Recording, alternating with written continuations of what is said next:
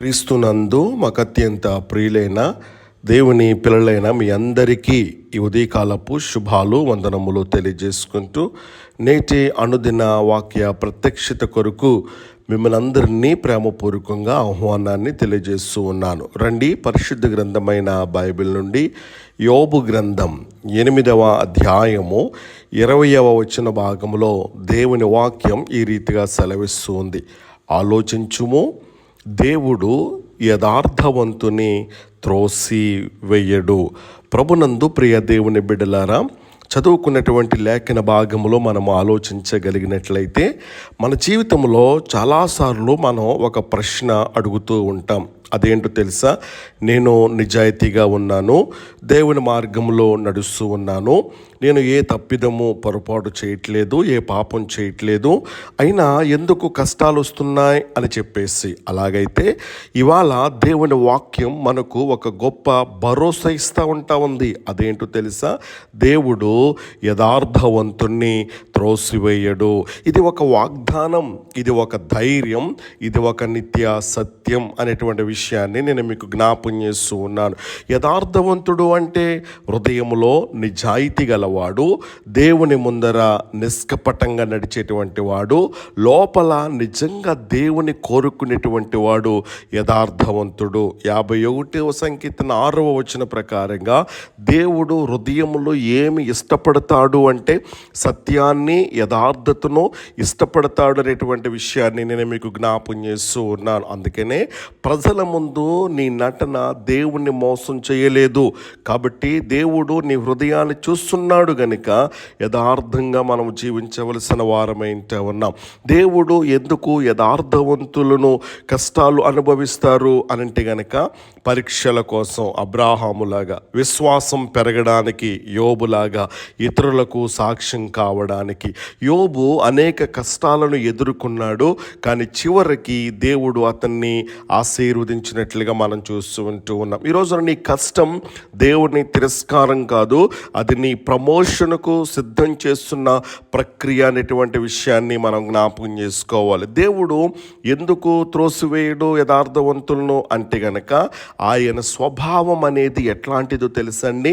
ఆయన స్వభావం ప్రేమ కలిగినటువంటి దేవుడు. 37వ సంకీర్తన 8వ వచన ప్రకారంగా యెహోవా తన పరిశుద్ధులను ఎన్నడూ కూడా విడవడు అని చెప్పేసి దేవుని వాక్యములు మనం చదువుతూ ఉన్నాం. ఎందుకు త్రోసివేయడు అంటే గనక హెబ్రీ 13:5 ప్రకారంగా ఆయన వాగ్దానం స్థిరమైనది. అక్కడ చెబుతున్న మాట, నేను నిన్ను విడువను, ఎడబాయను అని చెప్పేసి. మూడవది, ఆయన న్యాయవంతుడు. దేవుడు అన్యాయము అనేది చెయ్యడు.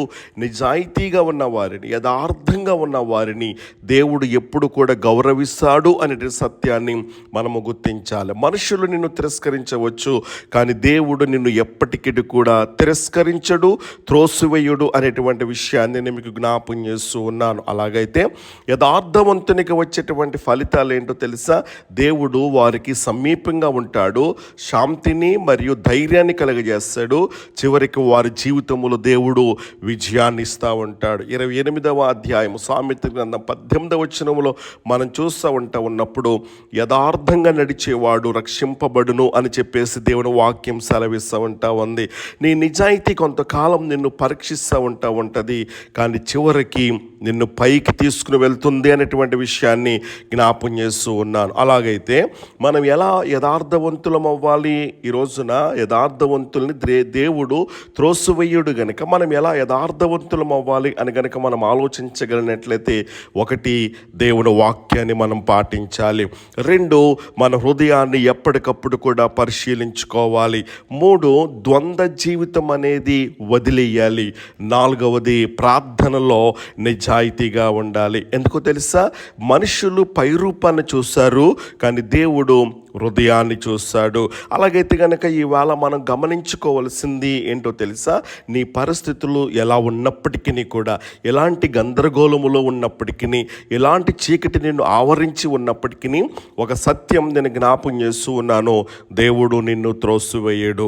నీ నిజాయితీ దేవుని దృష్టిలో విలువైనది అనేటువంటి విషయాన్ని నేను మీకు జ్ఞాపం చేస్తూ ఉన్నాను. అలాగైతే ఈ రోజున ఈ రీతిగా నువ్వు ప్రార్థించగలవా? ప్రభువా, మా హృదయాలలో పరిశుద్ధపరచండి, మేము యథార్థవంతులంగా నీ ముందర నడవడానికి సహాయము చేయండి అయ్యా.